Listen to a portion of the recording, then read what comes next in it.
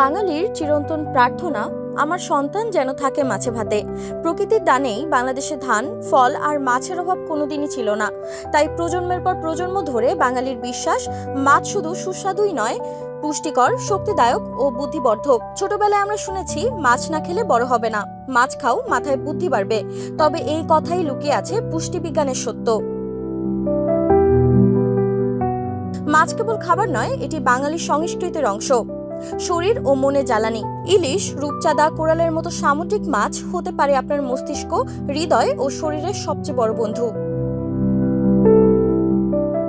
সামুদ্রিক মাছের সবচেয়ে বড় গুণ হলো এতে থাকা ওমেগা 3 ফ্যাটি অ্যাসিড। এটি শরীরে ভালো কোলেস্টেরল বাড়ায় ও খারাপ চর্বি কমায়। ফলে হৃৎপিণ্ড থাকে শক্তিশালী, রক্তনালী থাকে নমনীয়, হৃদরোগের ঝুঁকি কমে যায়। ইউনাইটেড হাসপাতালের প্রধান ক্লিনিক্যাল নিউট্রিশনিস্ট চৌধুরী তাসলিম হাসান বলেন, ওমেগা 3 হৃদয়ের কার্যকারিতা উন্নত করে।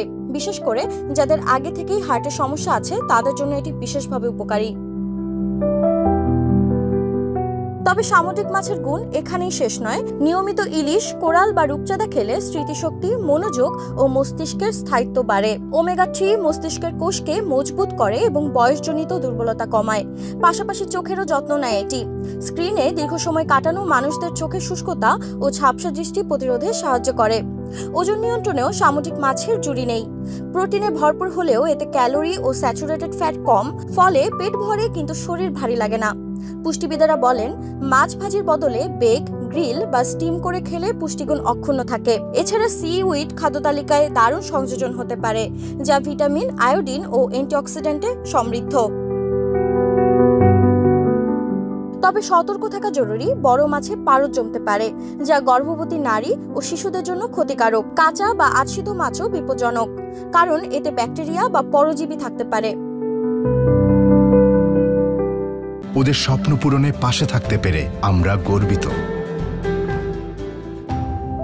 সবশেষে মনে রাখুন, পরিমিত খাওয়া আর সঠিকভাবে রান্নাই স্বাস্থ্য রক্ষার চাবিকাঠি। দেশীয় সামুদ্রিক মাছ যেমন ইলিশ, রূপচাঁদা ও কোরাল শুধু স্বাদের নয়, সুস্থ জীবনেরও প্রতীক।